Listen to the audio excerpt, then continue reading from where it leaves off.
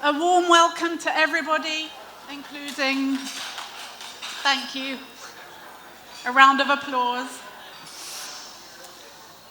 A warm welcome to everybody this afternoon. I think it's actually a miracle that we're here today after missile sirens in the night and the Eurovision Song Contest. It's really quite something to have survived the night that we've had, for better or for worse. A warm welcome to everybody, especially to the generous donor of this prize, Zaban, Brenda, representatives of the Gewurz family.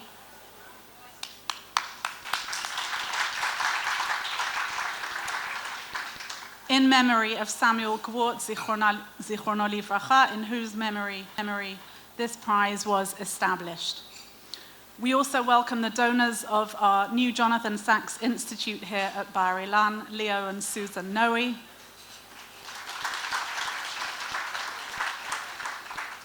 Unfortunately, a representative of the Gerald and Gail Ronson Family Foundation was unable to make it, but nevertheless, we would like to thank them as well for their generous donation. To Sachs family members, thank you for joining us. To members of the Rabbi Sachs legacy, to scholars, and as Rabbi Sachs would have said, friends. Modern society, said Professor Putnam, currently finds itself in the midst of an overwhelming culture of individuals, a culture of I. What we believe is a fuller recognition of the power of we. And so, Professor Putnam, you set out to develop your theory of social capital, of joining groups as something that actually benefits society, that is not just a hobby perhaps, not just based on things we go to do as hobbies. For Rabbi Sachs, we know that this spoke to him deeply. Rabbi Sachs described the similar phenomenon as civil society. And both of you agreed, against Darwin and de Tocqueville, that society needs to be rooted, as you've said, in a sense of community. And today in Israel, we can very much identify with that sentiment today as we deal with our own issues here, as every society deals with, of divisiveness in the face of events that are going on around us. For Rabbi Sachs, one of the expressions of the social capital and civil society was Shabbat. And for him, Shabbat was not only a religious ritual of the Jews, but it was actually a way of commemorating and expressing this social capital. What people do on a Shabbat, whether that is the seventh day of rest, whether that is a sabbatical year, and so on and so forth. Rabbi Sachs wrote in a letter in the scroll, Shabbat is the greatest tutorial in liberty ever devised. Passover tells us how the Israelites won their freedom. Shabbat tells us how they kept it.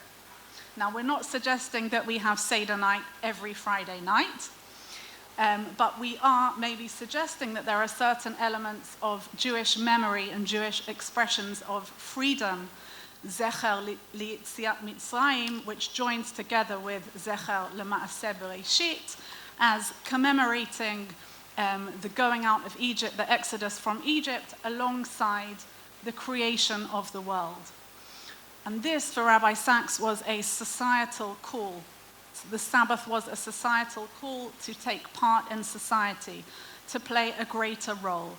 And he was fearful, I would say, of the idea of a transcendental holiness, which would only actually cause greater division. We have to play our role in society and take responsibility. For Rabbi Sachs, the social capital of community was also dependent on time, and this is part of why Shabbat was the expression of the social contract for him. Rabbi Sachs wrote as follows in Celebrating Life. Whenever I pass the scene of a car crash, I find myself wondering what could have been so important that it was worth taking a risk to a life to save a few seconds by running a red light or overtaking on a corner. Is anything that important? When life becomes an endless succession of pressures, we lose the natural rhythms of work and rest, running and relaxing, striving, and enjoying the fruits of our striving. Happiness is tasted in tranquility, and tranquility for Rabbi Sachs is collaborative. It is a joint effort. We achieve this through togetherness, in coming together as communities and building covenants of trust. One of the exciting projects which promises to explore these themes and more, and I can attest to this, is the MOOC course. MOOC stands for Massive Online Open Course. And we are delighted that the Katz family have joined us from the States today.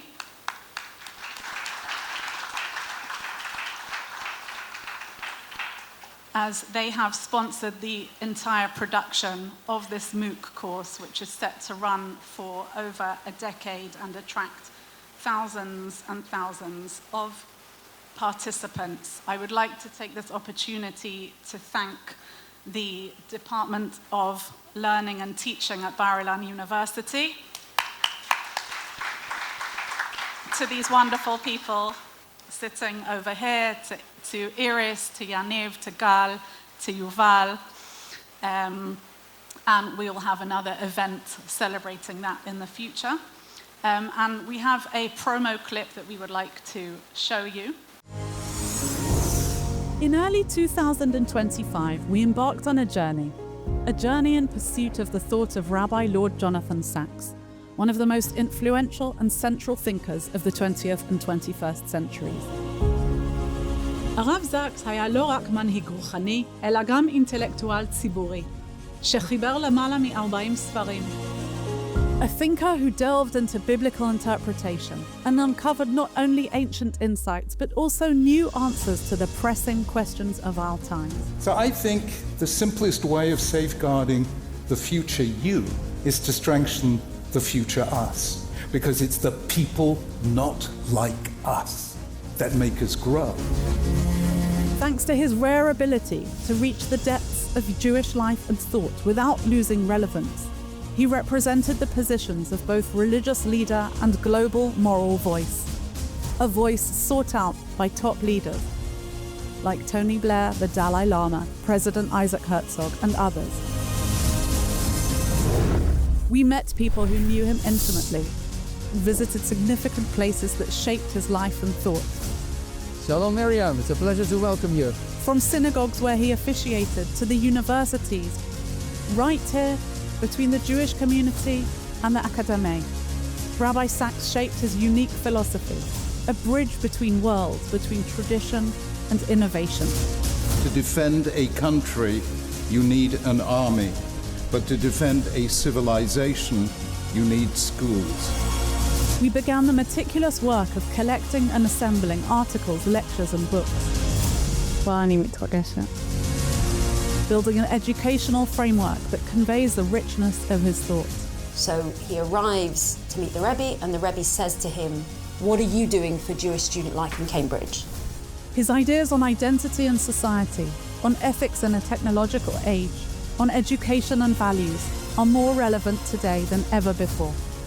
Please join me on this journey of discovering Rabbi Sacks's rich intellectual legacy, a legacy that continues to live and to inspire. אני דוקטור מרים פלדמן-קיי, והכרתי את הרב זקס במשך שנים רבות. אני מזמינה אתכם להצטרף אליי למסע מעורר מחשבה, מסע בעולמו של הרב זקס.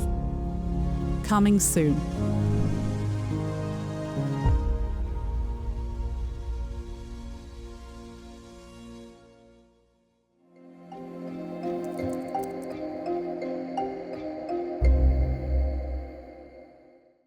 I'm honored to welcome Professor Arie Zaban. יש לי ביו קצר להקריא. Professor Zaban is behind all of this. Professor Zaban, president of Bar-Ilan University, previously served as vice president for research here as well. Professor Zaban served as the chairman of the Association of University Heads in Israel between 2002 and 2024. Over the past 7 years, under Professor Zaban's leadership, Bar-Ilan has become the fastest growing university in Israel. In addition, major interdisciplinary and intersectoral projects were launched as part of his strategic vision for the university. Last year, Professor Zaban succeeded in garnering a donation of over $250 million, one of the largest ever donations to an Israeli university. And this year, he has followed up on this by securing a close to $8-figure donation. Those of us in humanities and Jewish studies will need to take a second to work out what kind of figure that is. And this is from the Adelson Family Foundation. Professor Zaban, you've been very supportive of the Jonathan Sachs Institute here, which fits in with the third vision of the university, the integration of Jewish values with the academy, and this is the only place it can happen. Professor Zaban.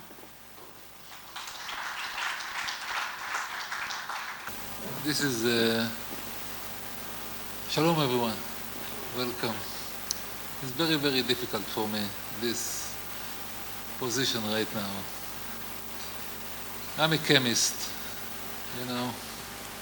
and we are talking about heavy, important things that really make a difference. I don't have the words, I don't have the accent. There's beautiful accent all around here. British accent. So I'll be very short and try to concentrate on the doing in the development of the Jonathan Sachs Center, and I'll say a few words about that. One thing that I think we all share, and I personally have to say it out and loud, we miss Jonathan Sachs. We just miss him.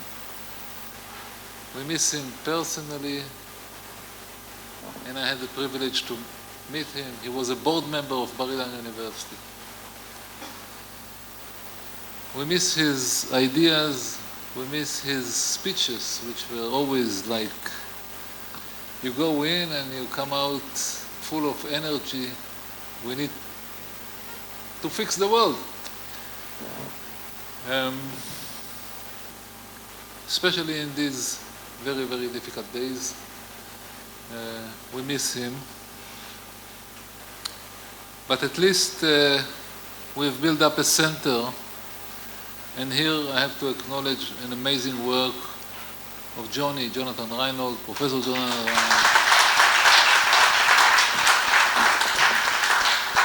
together with Miriam, Professor Miriam Feldmann-Kaye, who is like Taub, and Hanoch Ben Padi, Professor Ben Padi, many others. And I think that we just started. We just started. It's taking shape. It's building up. It's going to be dramatic. And one of the smartest things that we did. It's not my idea, okay? But it's one of the smartest things that we did. That we connected. I think. You can tell me if I'm right. That we connected the Rabbi Sachs Center with the Department of Political Science. You would think that it would go into something in our Faculty of Jewish Studies. And it is connected with Jewish philosophy. But Rabbi Sachs was much wider and his philosophy and his thoughts and his ideas and his connections brought us to the understanding that it is about political science, the way we do political science in Bar-Ilan, which is unique in a way.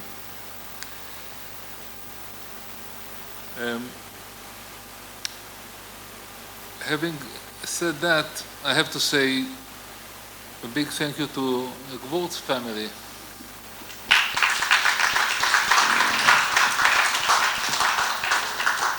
To Brenda, Zev and Risa, and actually the whole family. Zev told me, I can tell the story, right? Maybe. He told me that when Johnny spoke to them about the center, I think your father still said, it's clear, we love Jonathan Sachs, we love Bar-Ilan, and we love Johnny Rynhold. So it all goes together, we are in. And they choose a way which is a very exciting, and you see, it's exciting because we are all here a way to join us with this very important prize, which will hopefully bring the ideas, bring the story, bring Jonathan Sachs wider and wider into society. And we can do it only if we bring amazing people, amazing researchers to win the prize. And this is where, Professor Putnam, this is where you come in. And thank you very much for being here with us.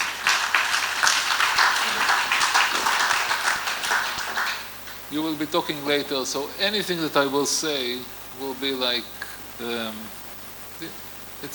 I don't have the words to say it, but I will use something that Johnny told me that is a description of you. He said that some people refer to you as a Hebrew Bible prophet with charts. And being a university president, I appreciate the charts part very much. So thank you everyone for being here. I'm looking forward to an amazing afternoon. And thank you, Gewurz family. Thank you everyone.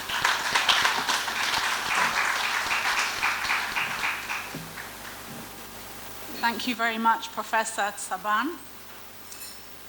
We're now honored to welcome Daniel Taub. Daniel Taub is an Israeli diplomat and international lawyer, otherwise known as Ambassador Daniel Taub. He served as the Israeli ambassador to the UK and as director of strategy and planning of the Yad HaNadiv Rothschild Foundation. He is the chair of the Rabbi Sachs Legacy in Israel. His new book, Beyond Dispute, Recovering the Jewish Art of Disagreement in Divisive Times, will be published by Rabbi Sachs's publishers, Hodder and Stoughton, next month. His 5 sons and his son-in-law are all currently serving in compulsory or reserve duty in the IDF. Daniel. Professor Zaban, dear members of the Gewurz family, the Katz family online, and what a spectacular course it looks like you have prepared for us. Leo and Susan, I can greet you now as New Olim, Bruchim Habayim. It's about time too. Wonderful to have you here. Members of the Sachs family, and most especially of all guests of honor, Professor Robert Putnam, your wife Rosemary, it's wonderful to have you here. As I mentioned to the professor, 25 years ago I was a student in the Kennedy School in Harvard. I tried unsuccessfully to make my way into his seminar, and I'm very appreciative that you've come to give us a catch-up session today. If I think about those decades, those 2.5 decades, and think about the ideas that you have been putting out into the intellectual and public sphere, and at the same time, the ideas that Rabbi Sachs, coming from a different discipline, but a very similar place of care about the individual and society. The years that have passed have only shown how prescient your analysis and your prescriptions are. And I think it's also true that the last 19 months in Israel have added an additional sense of urgency to that mission. And that's a word that's not usually used in relation to Rabbi Sacks. He's described as brilliant, as eloquent, but I think he also was guided by a tremendous sense of urgency. He hid it well, but if you look at his archive in the National Library, you will see very movingly the list of things that he needed to succeed in doing this year, in the next 5 years, over the next 10 years. And I think in part, it was a sense of a personal premonition that his time was short, and the fact that he passed away leaving a year of Bible study cycle writings actually ready and waiting is extraordinary. But I think far more than that, it was a deep, deep sense that these lessons, these teachings, were becoming increasingly critical for the health of our society. And I think that gives this center, and it gives our work as the legacy of Rabbi Sacks, an additional impetus, an additional sense of urgency. And over the past 6 months, we in the Rabbi Sacks Legacy in Israel have been consulting with some 50 leaders, thought leaders, partners, academics, philanthropists, and we've been asking them all the same question.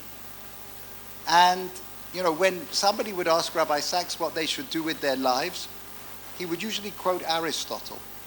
And he would say, where your talents meet the world's needs, that is your vocation. And so we have been asking the question, where do the gifts of Rabbi Sacks meet the needs of Israeli society? And this extraordinary range, I don't think there is anybody that would open up the hearts of such a broad sector of Israeli society, from fiercely secular to passionately religious. And thanks to their insights, we've been able to develop an extraordinary range of projects, many of which are already underway and many of which we want to get underway. And first of all, I want to pay tribute to this incredible academic center, because that's really the intellectual engine that lies behind so much of what we're doing. To pay tribute to Professor Johnny Rynhold, Professor Ben Pazzi, Dr. Miriam Feldmann-Kaye. I saw Dr. Tanya White and everybody else who was involved. I think it's absolutely critical. But as Miriam said, it's not enough that it remains here. It has to go out into the world. There has to be a massive, open, online.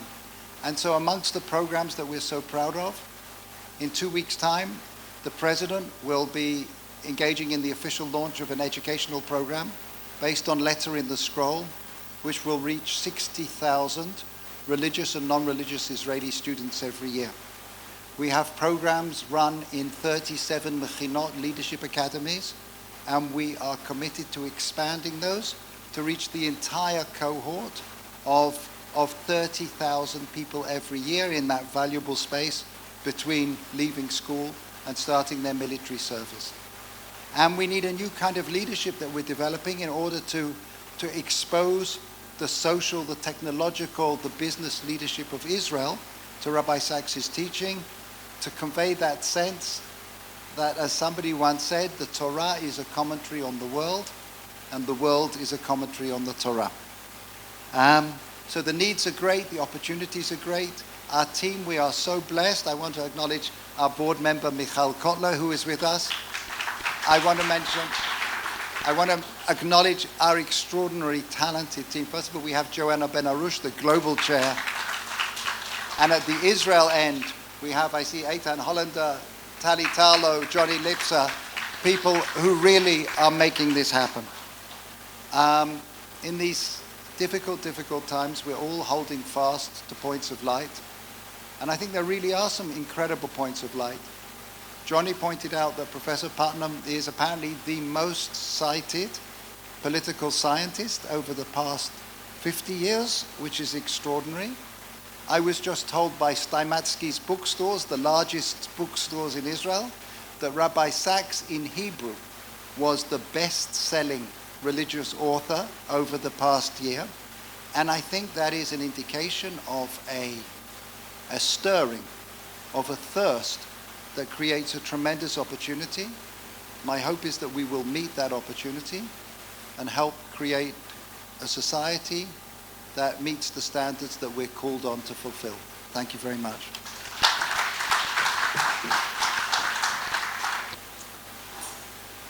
Thank you very much, Ambassador Daniel, as you will always be known to those of us who grew up in the UK.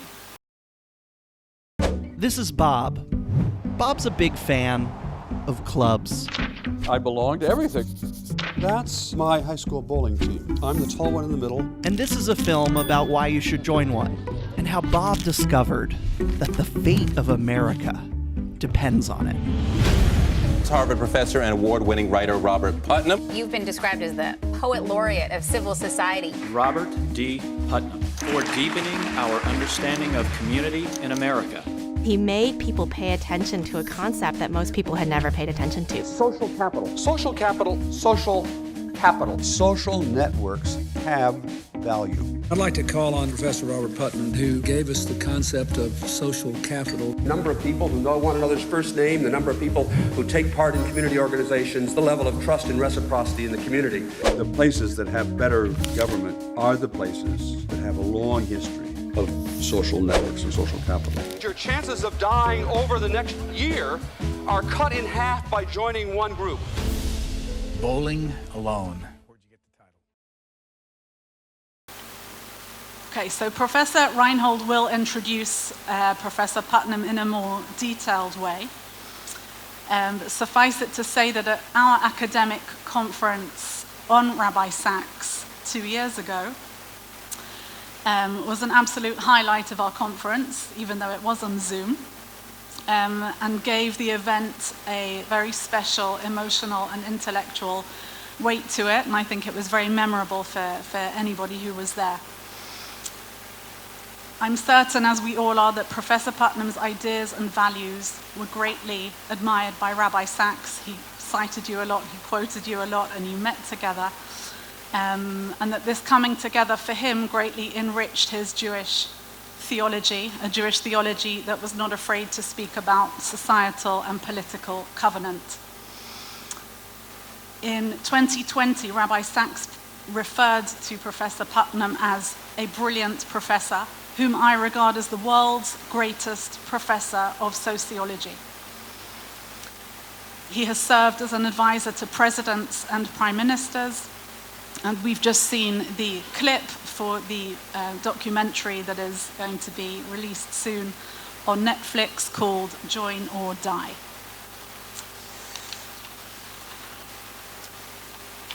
So, Professor Rynhold, I'll introduce him now. He initially gave me a one-liner for his bio. It was head of the Department for Political Studies, and that his notable book, The Arab-Israeli Conflict in American Political Culture, published by Cambridge University Press, won the Israeli Political Science Association Annual Award for the best book. That was what he gave me. Okay. There's more. He's also the founding academic director of the Jonathan Sachs Institute here at Bar-Ilan University. The Jonathan Sachs Institute has been the brainchild and vision of Professor Rynhold following his long relationship with Rabbi Sachs going back to the 90s. As part of this long-standing relationship, Professor Rynhold organized several key inaugural public conversations, notably with Amos Oz. Along with myself and Professor Ben Pazi, he pioneered and organized the first academic conference dedicated to the thought of Rabbi Sachs in 2023. And he will also be co-editor, again with myself and Professor Ben Pazi, of a forthcoming book which will collect academic essays of Rabbi Sachs, with which we hope to really bring Rabbi Sachs's voice into the canon of modern Jewish thought. Professor Rynhold.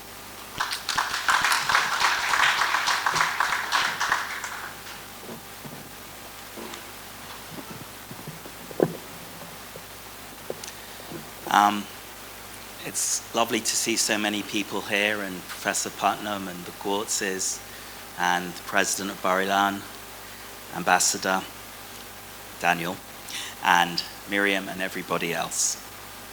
I'd like to explain to you a little bit who Professor Putnam, or as he prefers to be called, Bob, is, and why it was an easy decision to make Professor Putnam the inaugural winner of the Jonathan Sacks Institute Award for Outstanding Achievement as a Public Intellectual. So we can start with the academics, and we can say that Professor Putnam has written more than 15 books, translated into 20 languages, and as was said, by some measures is the most academic cited in the field of political science, though Rabbi Sacks seemed to think you're a sociologist. His groundbreaking research has significantly shaped the global discourse on social capital, networks of trust, civic voluntary engagement, and community and social cohesion. Among his many awards is the Skite Prize, the highest global honor for a political scientist, sometimes called the Nobel Prize for Political Science. 2011, he won the Woodrow Wilson Prize of the American Political Science Association for the best book. 2013, the President of the United States awarded Bob the National Humanities Medal, America's highest contribution for contributions to the humanities. Among his major works and best-selling non-fiction books are Bowling Alone, The Collapse and Revival of American Community, American Grace, How Religion Divides and Unites Us, and most recently, The Upswing, How America Came Together a Century Ago and How We Can Do It Again. The award is for a public intellectual, not just for academic achievement. You could win the academic achievement on its own, but the thing about Rabbi Sacks is that he wasn't just an academic and he wasn't just an intellectual. He was a public intellectual who spoke broadly to wide sectors of the public, Jewish and non-Jewish. He's probably the only religious leader cited by President Joe Biden and Vice President Mike Pence. He is beloved of the former head of the Conservative Party in Britain, David Cameron and John Major, and former heads of the Labour Party in Britain, Tony Blair and Gordon Brown. They may not speak to themselves, but they both spoke to Rabbi Sacks. He's also been a member of the President's Council on Service and Civic Participation and served on the staff of the National Security Council.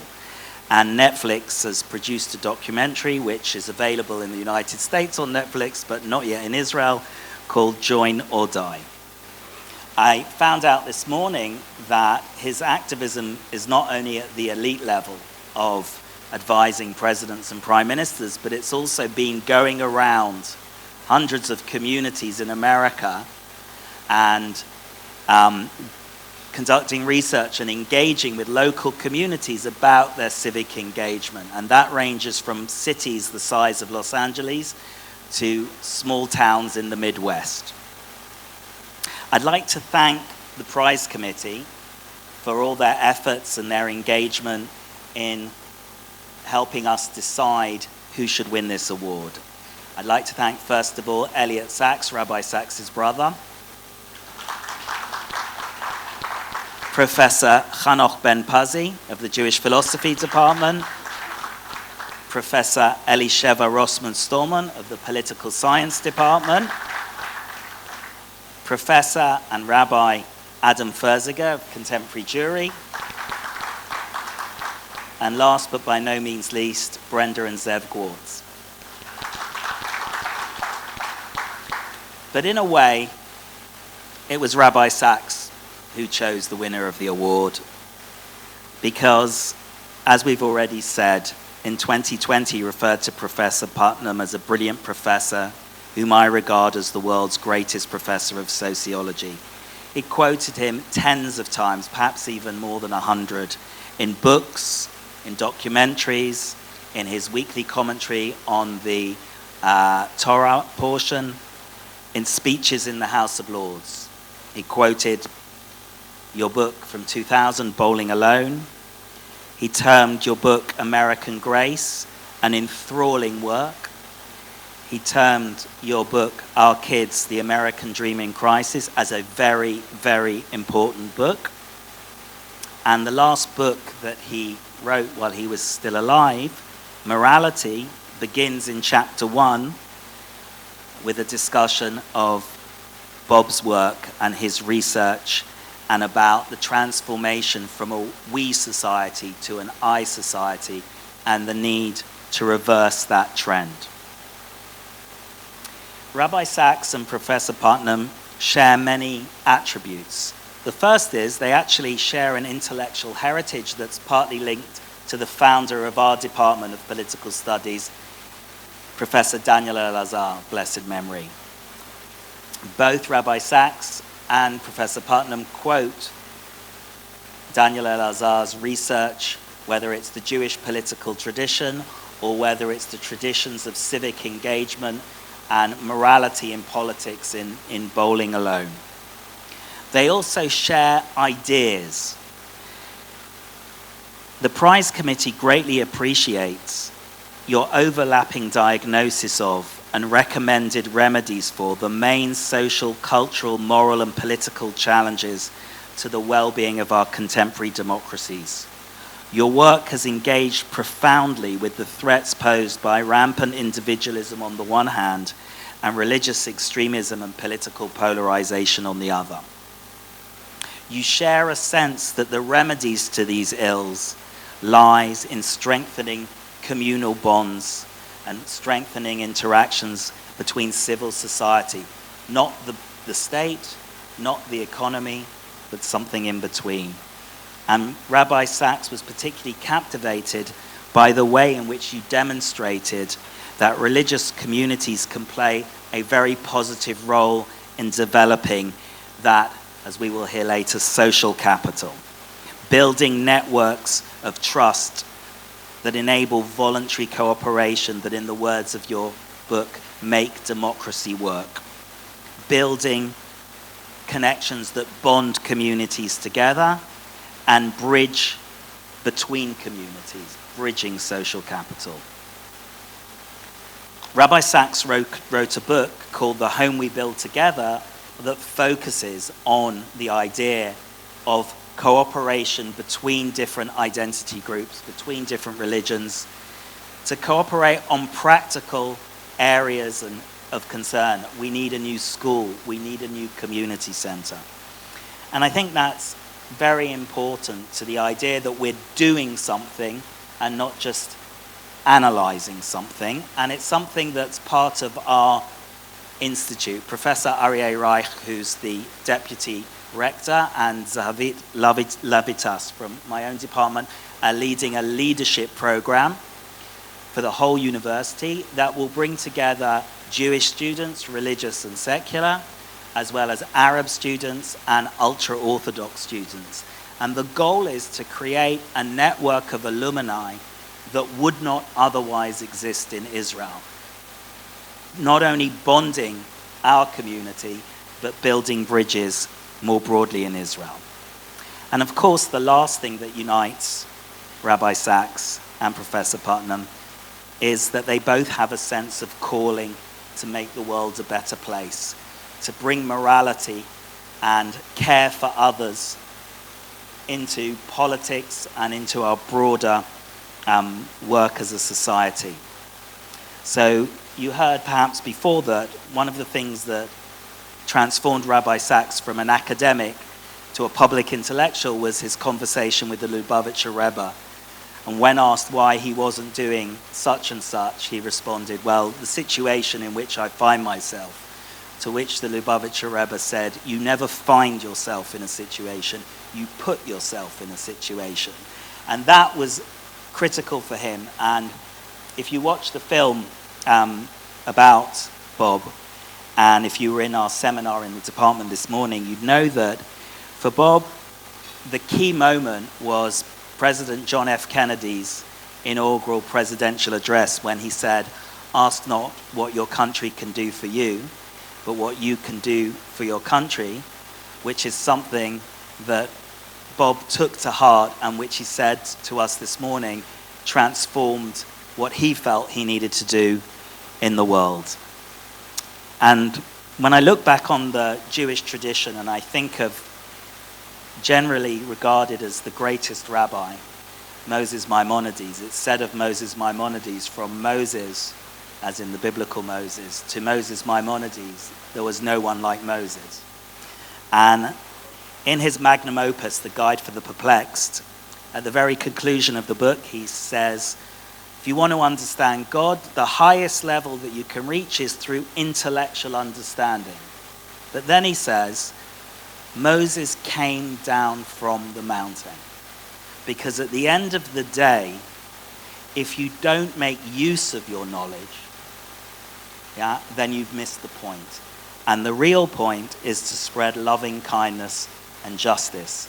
And that is something that both Bob and Rabbi Sachs have done in a huge way. And that is why I am so proud and so honored to be able to hand you, Bob, the award for the outstanding public intellectual in the spirit of Rabbi Sachs. Thank you very much.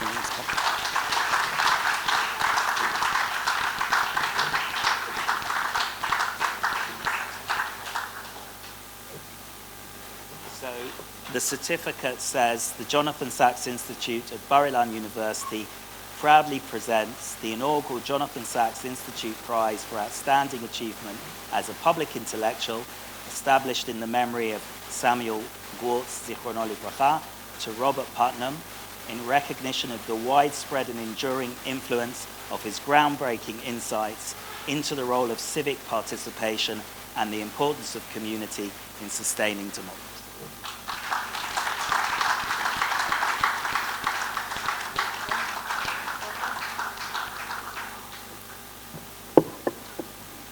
Want to say a few words? Together? Okay.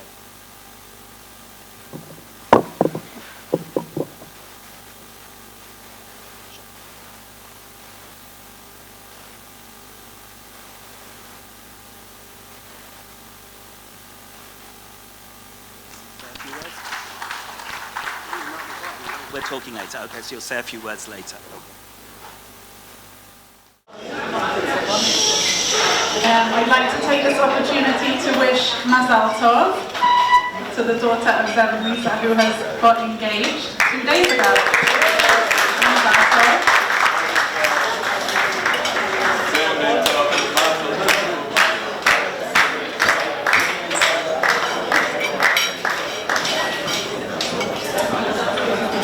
We are also very honored to learn that Samuel's sister, Daphna Israeli, was a professor of sociology here at Bar-Ilan University and a founder of the Gender Studies program.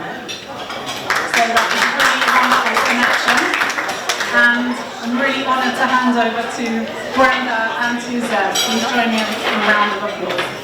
We know that we are all looking forward to hear Jonathan Sachs. Bob Putnam will discuss with Johnny having their discussion, but before that we just wanted to share some words of gratitude.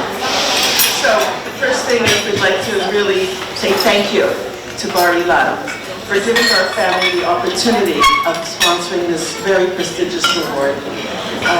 We have a long history.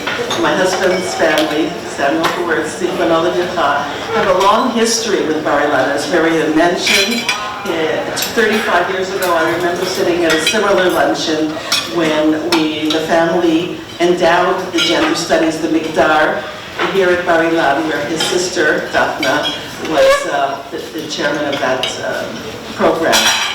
She loved Bar-Ilan and was very grateful that they were open.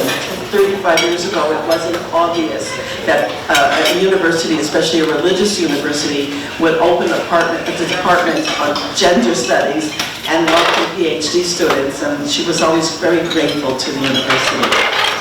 And I wanted to thank Professor Arie Zaban.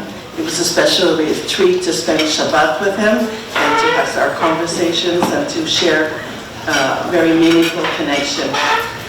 Finally, to Johnny Rynhold. Johnny, as you all know, was a friend of my two sons in England when they studied at LSE. I think, Johnny, you were Sally's chavrusa. Okay. And it was through that friendship that Sam and I met him, and it was in the early stages of me thinking about the Jonathan Sachs Institute. And we spent some time reviewing plans. I think we made some changes to your planning, and Johnny, a year later, sent us the new program, and we were thrilled that we got the first opportunity to sponsor this particular award. Finally, a special thank you to Rosemary and Bob Putnam, you told me to call him Bob, Professor Putnam, and his wonderful partner Rosemary, who he's so close to. You both made such an extraordinary effort to be here. You had flight cancellations due to the rockets, extra layovers, and much more. So you showed such deep affection for your commitment to both Jonathan Sachs and this institution. And we so enjoyed our conversations with you on social capital and the community building. We so look forward to you as you continue your work for many years to come. One of the special things about Professor Putnam is he's not just a professor in the Ivory Tower of Harvard, but goes out into the field, helping create communities, and I think that's really special. Now I'm going to pass you to Zeb.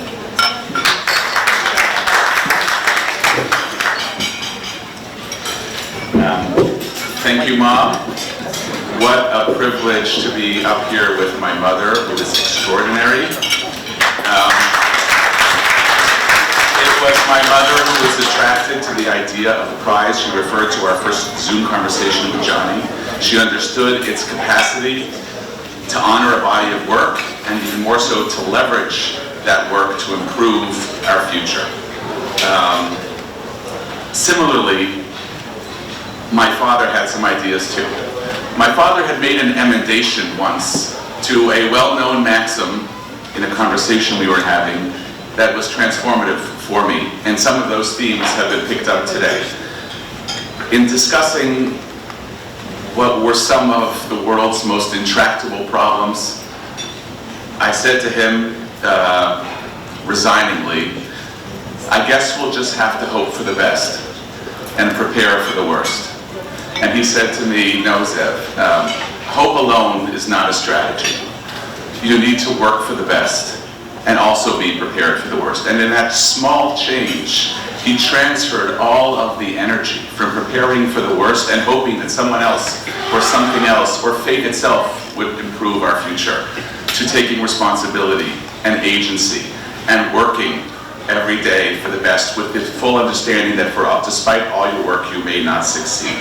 My dad was inspired by many people in this attitude. Chief among them was Rabbi Sachs, who took upon some of the world's and the Jews' most difficult challenges and worked tirelessly every day until the day of his passing for the best.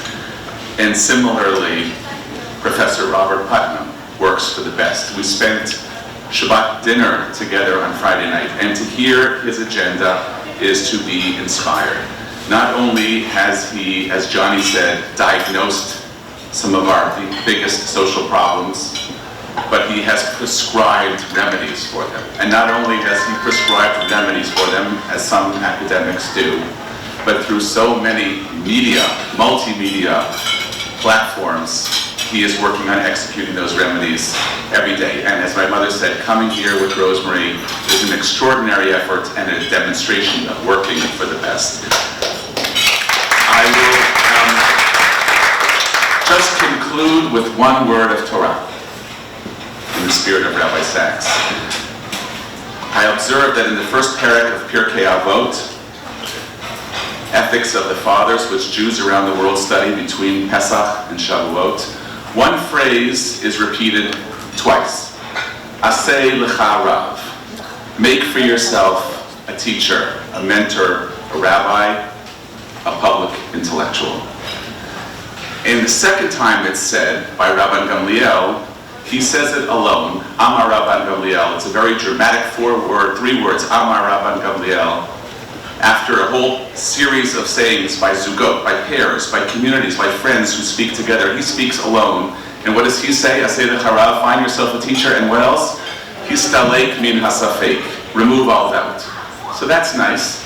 But earlier in the chapter, when it says Asay l'charav, Yoshua ben Prachya says, Uknel chachaver, find yourself a friend.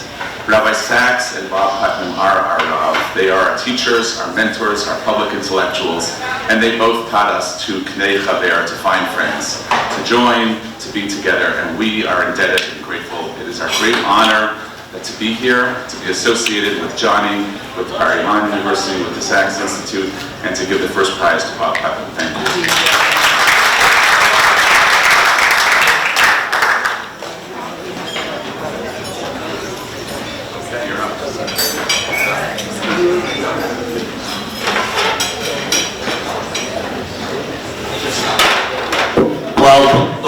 While Bob's joining me for our conversation, I'd just like to say, when I met Brenda and Sam, I only had one problem. They were ready to make the donation there and then, but I hadn't finished planning what exactly I was doing.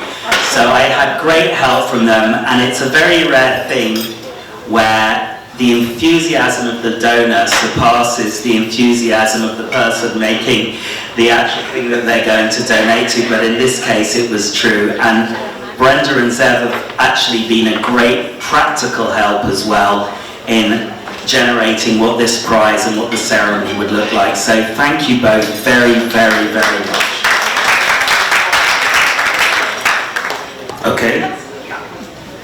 Okay, so I'm going to have a conversation with Bob, and we're going to talk about some of your main ideas and how they relate to Rabbi Sachs. So I'd like to start with talking a little bit about the fact that you and Rabbi Sachs highlighted a number of things.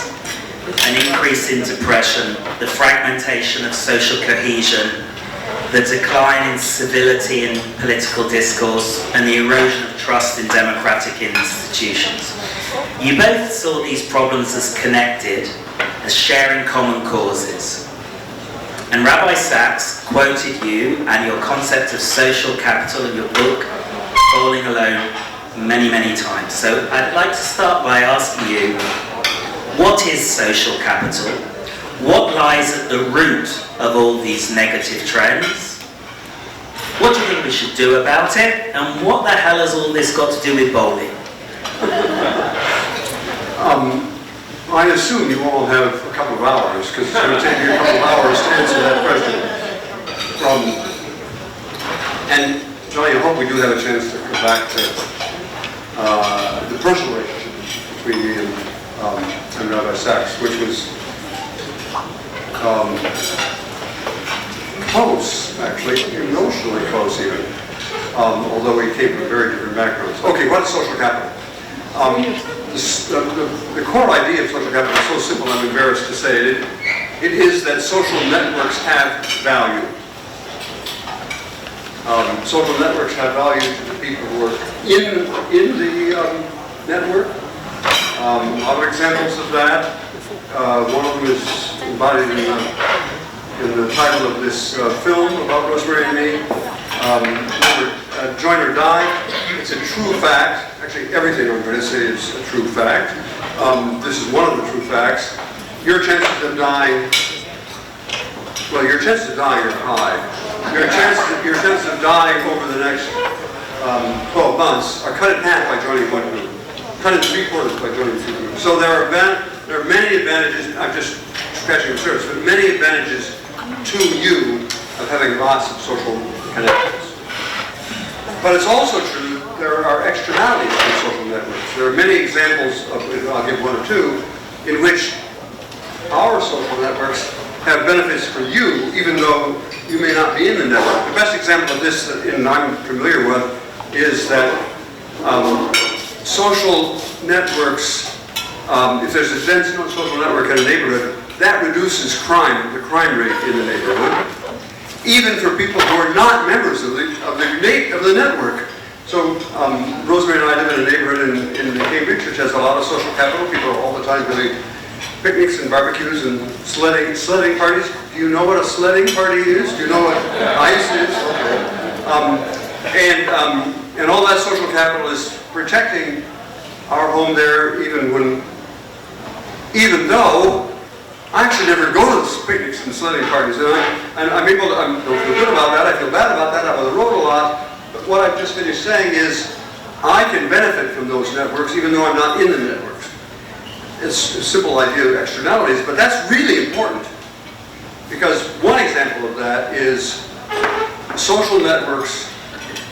And my very first book in this domain, called Making Democracy Work, discovered, to my surprise actually, that your chances of living in an effective democracy are greatly enhanced by the degree of social networks. Even for people who don't belong to the networks, they can benefit from being in a community which has a lot of social capital and therefore has more effective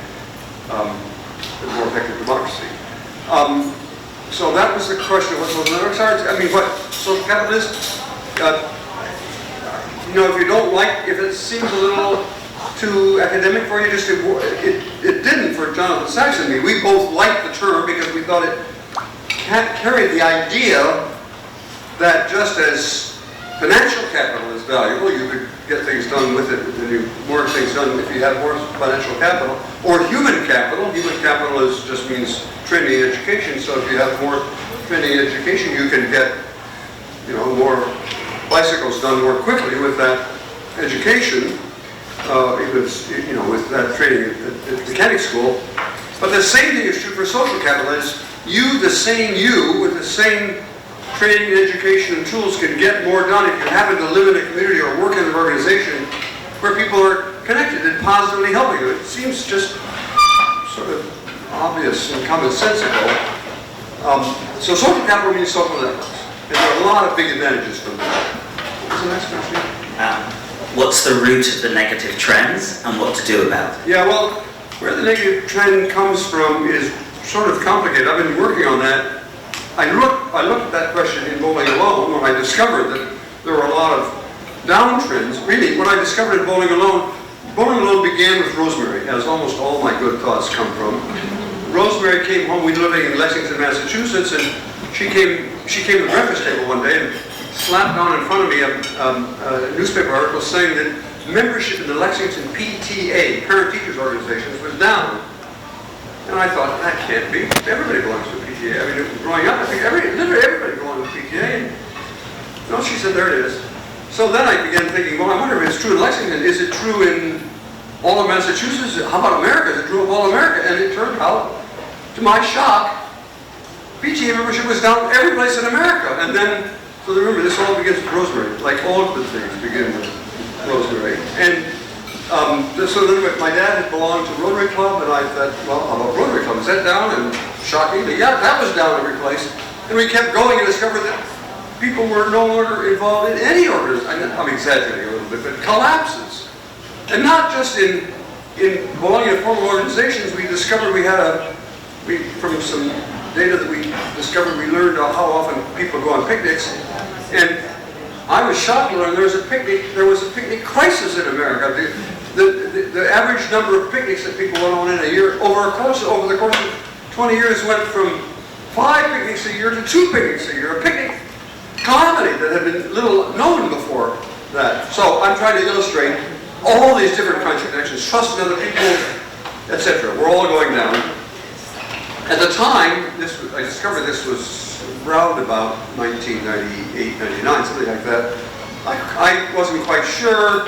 At that point, I thought TV might be a large part of it. That was, in large part, this was before the internet the internet had been invented, but social media had not.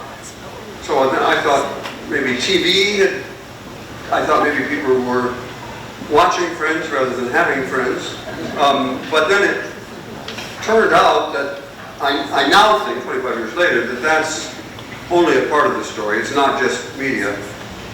Be alert, be aware Probably you all know that there's been an increase. People are spending less time with other people, period. That's an enormous trend across the world, actually. I mean, I was just talking about a couple of little data sets. We now know that the amount of time people spend with other people in every place that we've studied this in the world is down a lot, not just a little bit, by 20%, but like 80%. We spend hugely fewer hours, and partly that's because we're watching, we're on social media, you know, we're with our fiddling with our iPhones.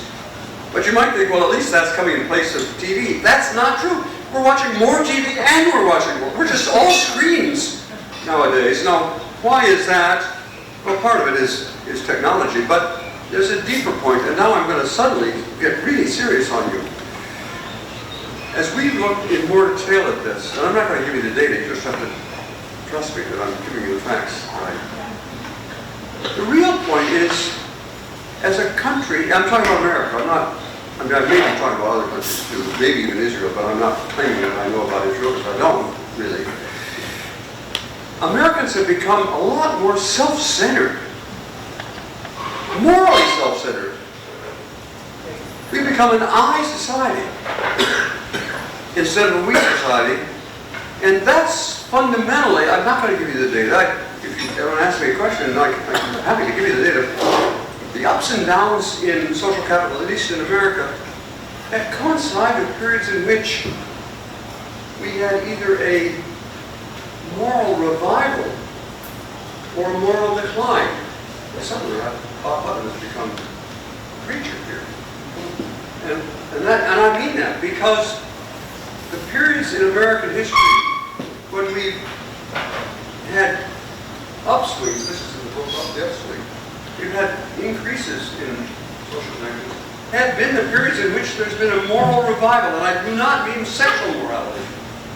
I'm talking about fundamental, out of the Bible morality, meaning I'm my brother's keeper, or I've got to worry about my neighbor. That's the kind, and you would think that can't possibly be very well over time, and I'll show you the data. It is. There have been times in our history in which there's been a greater sense that we owe things, that we have obligations to other people, even if they don't think we do. We do. And those are the periods, that's presage the period of a great upswing in social capital in general, and therefore lots of good things. And conversely, the periods in American history when we've begun to become more self-centered and more inwardly focused, I, those are the periods in which we've also become more socially isolated. So, I've now suddenly moved from statistical details about picnics to fundamental moral questions. And this is, I think, now I'm trying to close the loop here, it's probably why Rabbi Sachs and I, even though I was a counter and he was a focus on moral philosophy, he respected my counting, and I have come to think that his emphasis on moral obligations is the key to us all. Maybe that's we have gone on too long. But you asked me a long question. Yeah, I did.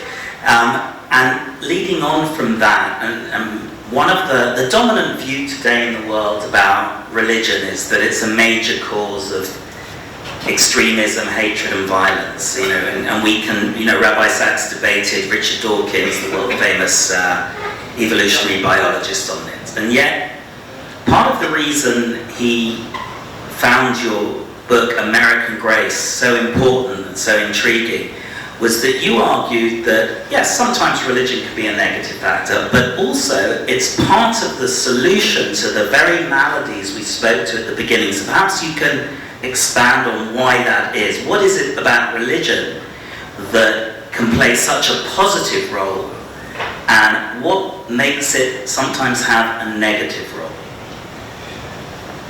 Right.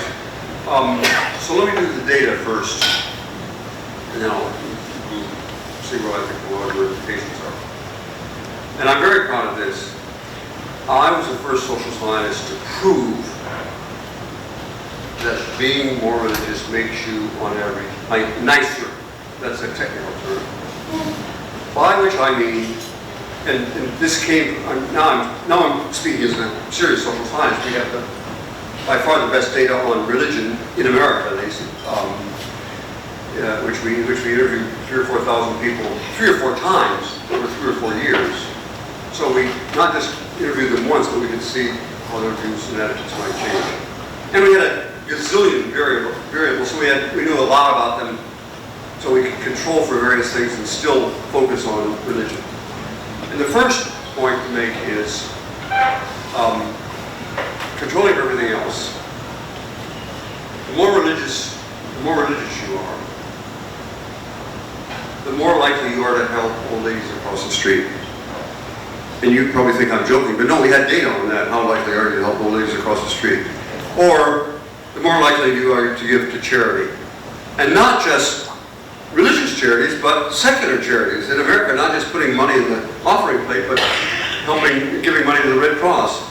The more likely you are to volunteer, not just to volunteer for some congregational activity, but to volunteer for the Boy Scouts or it's quite astonishing. The more active you are in the community, controlling for everything else, controlling for how educated you are, how old you are, blah, blah, blah, the more religious you are, the more likely you are to run for office, to vote, to belong to various kinds of community organizations. It's quite amazing. So I summarize that. I'm not done, but I summarize that by saying I prove that religion, actually, we'll warn that, not is just correlated with being nice, but causes you to become nice. How can I know that? Because we interviewed people several times, and we could see they didn't start off, if they were not very religious, they didn't start off being religious, and they were not very nice, and then they became religious, and then they became nicer. So we really, I'm telling you, this research is important in social science because it really nailed down for the first time that it's not just nicer people decided to go to church or synagogue or something.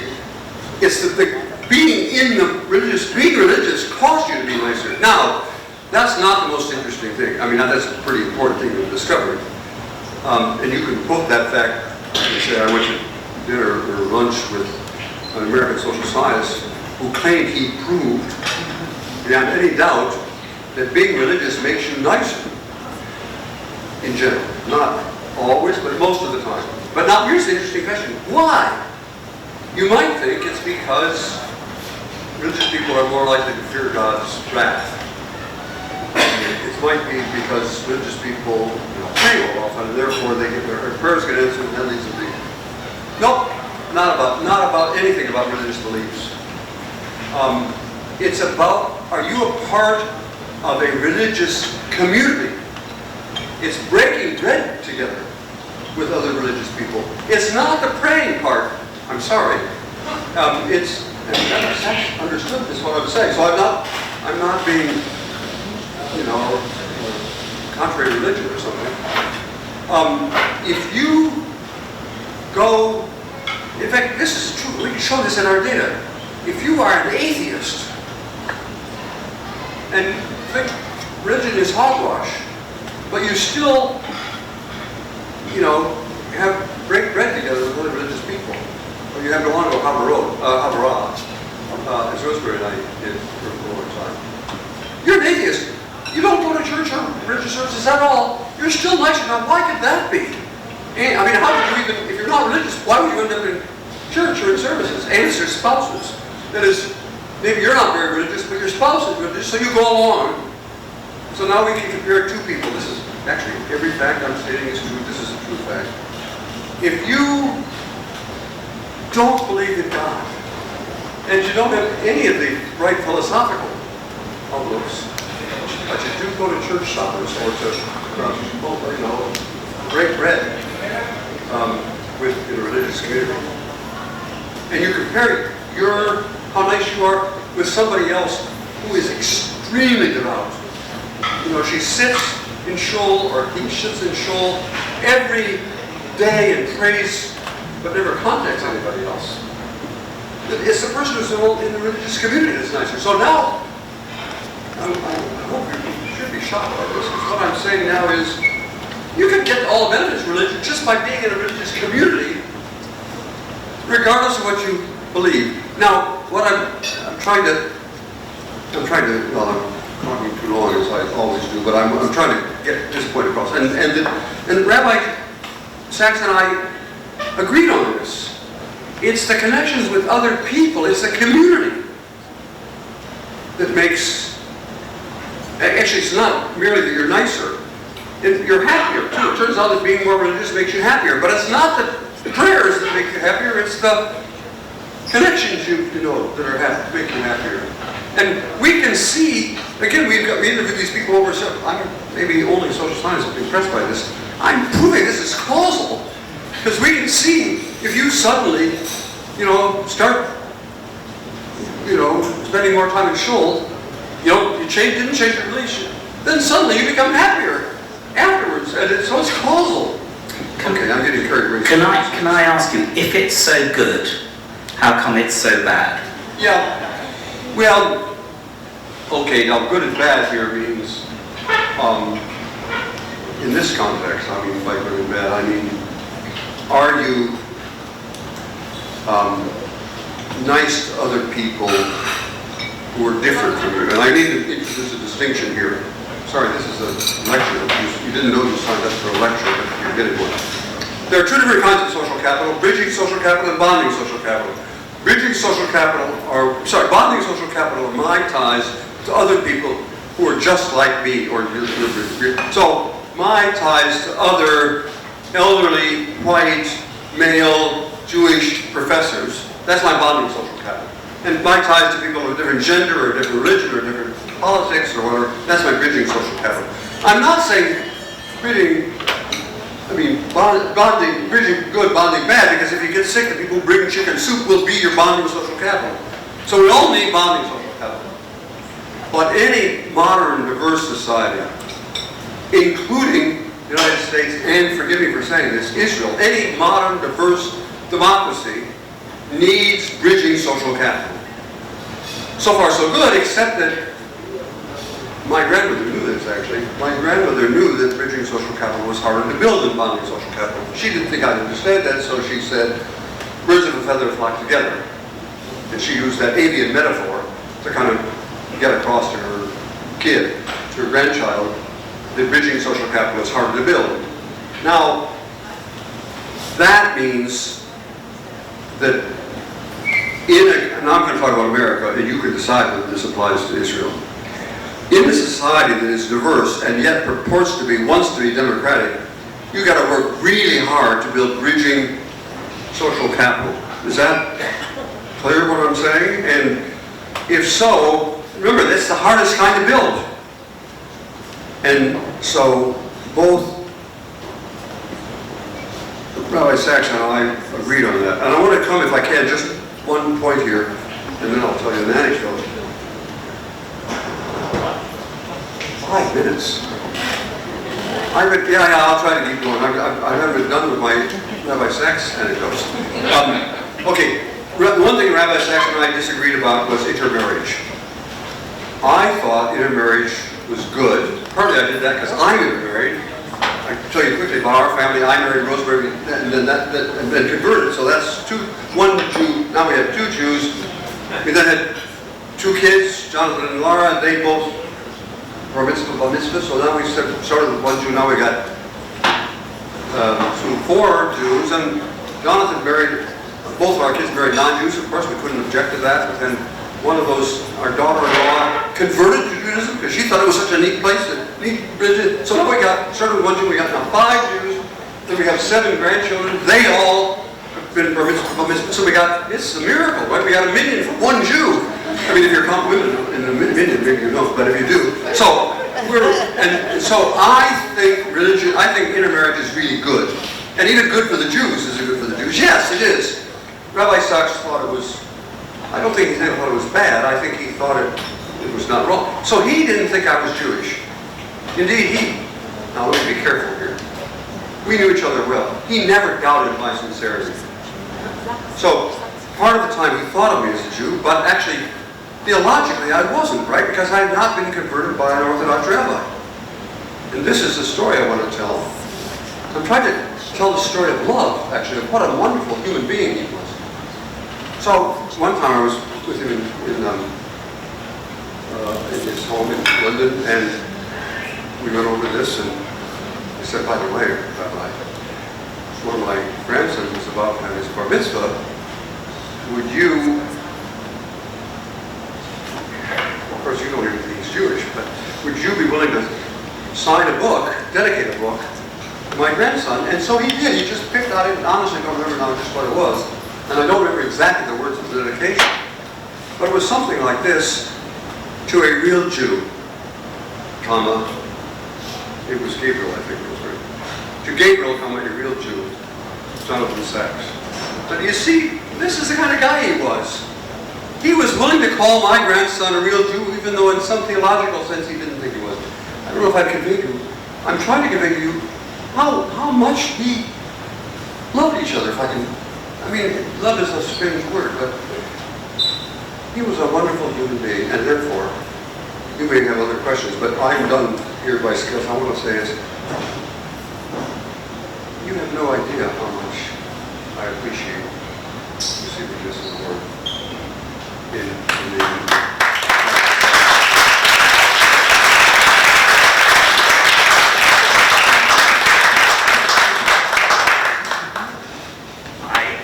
I don't think I can top that. And although I'm sure we all have many, many questions. I got another quick Jonathan Sachs. Go ahead. So he gave the Rosh Hashanah lecture or something like that every year. He gave, as chief rabbi of England, he gave to the whole country. And one year, to my enormous honor, he invited me to so that they filmed this, the BBC filmed this conversation between Jonathan Sachs and me in his living room. It was going to be shown. And he invited me to tell the story of American Grace. That book had just come out, and so I did my standard spiel, all this stuff, and I was going on to say that one of the reasons that Americans got along religiously is because there was so much intermarriage that everybody knew somebody in another religion, and they knew I mean, everybody has Aunt Susan who was Catholic or Jewish or Hindu or whatever, and everybody knew that maybe Hindus are generally not going to heaven, but for sure Aunt Susan's going to heaven, and she's Hindu or whatever, and therefore, so I had this principle of the Aunt Susan principle. And so I was going on, and I saw Rabbi Sachs's face cloud over. And I realized suddenly, just like that, ooh, I just endorsed intermarriage, and he's not going to like that. So I said, Jonathan, can we just pause this and do a retake? And he said, with some gratitude. And so we did a retake, and I did all this story, except I never endorsed, in that sense, in that context, intermarriage. What a mensch he was. Thank you.